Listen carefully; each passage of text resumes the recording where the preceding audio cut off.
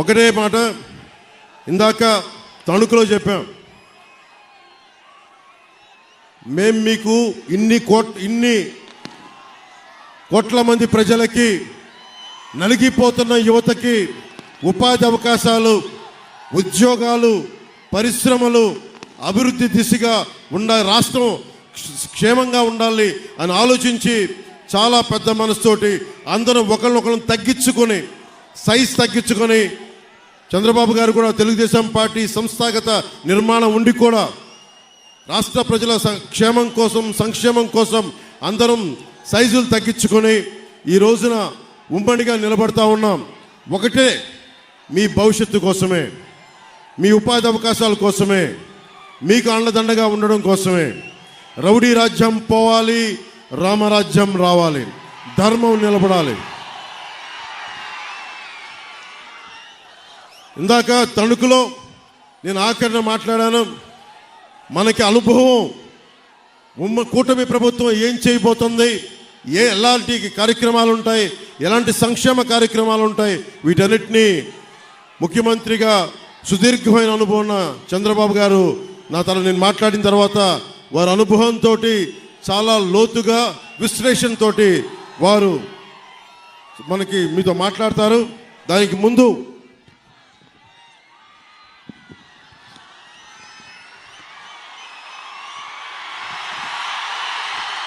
Nidadavolu assembly నియోజకవర్గానికి ప్రధాన సమస్యల్ని జనసేన మనకి కందుల దుర్గేష్ గారిని గెలిపించిన వెంటనే మేము ఈ సమస్యల్ని అతి తక్కువ సమయంలో మీకు తీర్చడానికి సంసిద్ధంగా ఉన్నాం.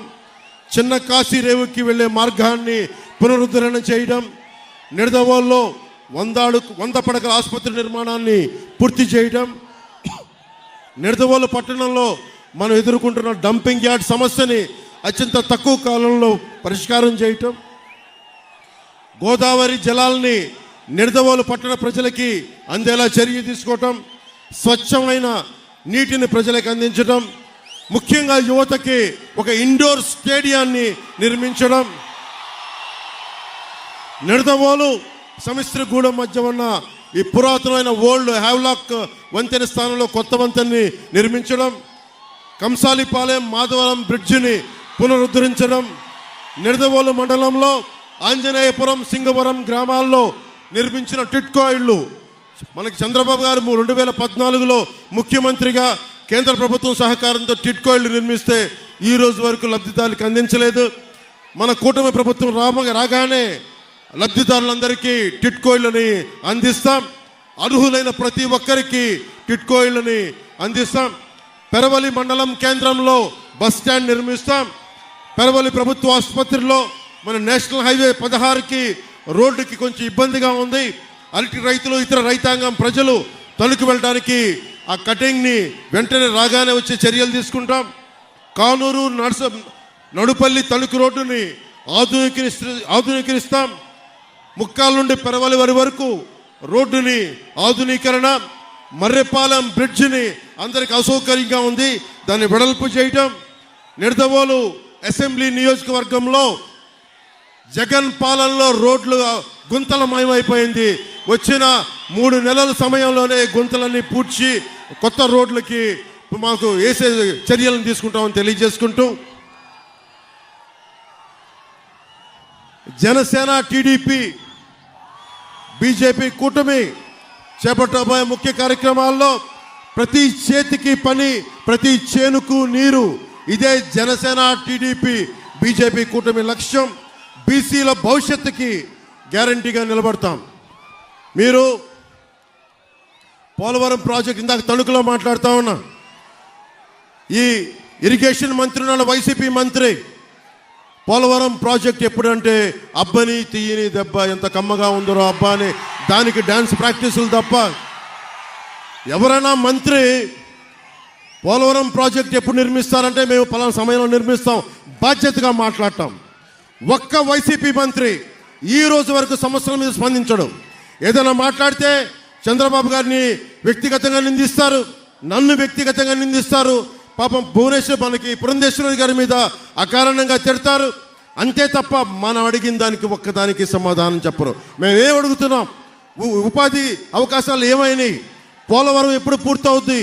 లేదంటే మనకు పోలీసుకి టీఏలు డిఏలు వాళ్ళకి సరెండర్ లీవ్స్కి డబ్బులు ఎందుకు చేయట్లేదు?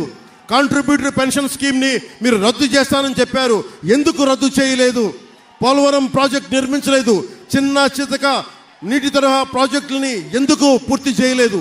ఏ ఒక్క దానికి సమాధానం అడిగినా డిఎస్సి నోటిఫికేషన్ ఎందుకు చేయలేదంటే మమ్మల్ని, మా కుటుంబ సభ్యుల్ని అందరినీ పచ్చిగా తిడతారు. ఇలా బూతులు తిట్టే వాళ్ళందరికీ ఒకటే చెప్తున్నాం, భవిష్యత్తులో జనసేన, భారతీయ జనతా పార్టీ చాలా బలమైన సంస్థాగత నిర్మాణంలో తెలుగుదేశం పార్టీ ప్రభుత్వం స్థాపించబోతుంది. ఒకళ్ళొకళ్ళకి తాట తీసి కింద కూర్చోబెడతాం, మర్చిపోకండి.